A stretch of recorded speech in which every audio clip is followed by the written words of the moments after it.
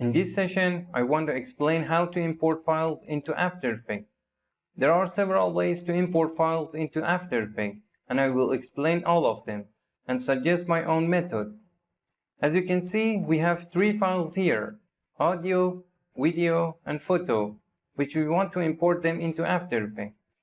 The first method is to select the file option from the file menu and from the import section. Now go to your file storage and select as many files as you like and click the import button. Finally, your files will be imported into the project window.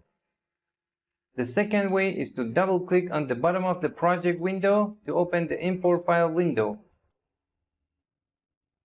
The third way is to right-click on the bottom of the project window and select File from the import section. The fourth method is to use Ctrl-I shortcuts. And finally, my favorite method is to use drag and drop. Go to your file storage, select all of them, click and drag it into the After Effects, and drop them in this section. You can see that all three files were added in this section. You can also rename each file. To change the name, just click on the file once and then press the Enter key on the keyboard. Type your desired name and press Enter again. You can do this for all files. Press Enter, type your name, press Enter again. To organize the project window, it is better to categorize the files in a folder. To do this, click on Create a new folder from the bottom. Choose a name for your folder.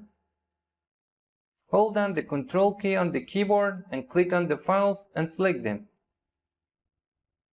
Drag and drop them into the folder. As you can see, all the files are listed in this folder. Later, when it comes to motion graphics, you may work with hundreds of files, which if you don't organize them this way, you will be confused and you may lose your files. You can create as many folders as you need. You can also drag the entire folder to a new folder, and this way create nested folders, or even rename the new folder. I type main files. And this way we can view folders and files as a tree. To be able to change the order of the files, first open them like this. If you click on the name option, the files are sorted by name. If you click on type, they will be sorted by type.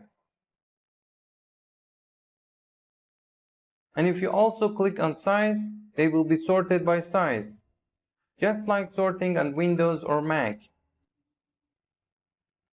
To delete the file from the project window, the best way is to select that file and press the delete button on the keyboard. Or from this section, click on the delete selected project item option. You can see that the file is deleted from the project window. If you want to delete the whole folder as well, select it and press the delete key on the keyboard. Then click the delete button to delete the folder.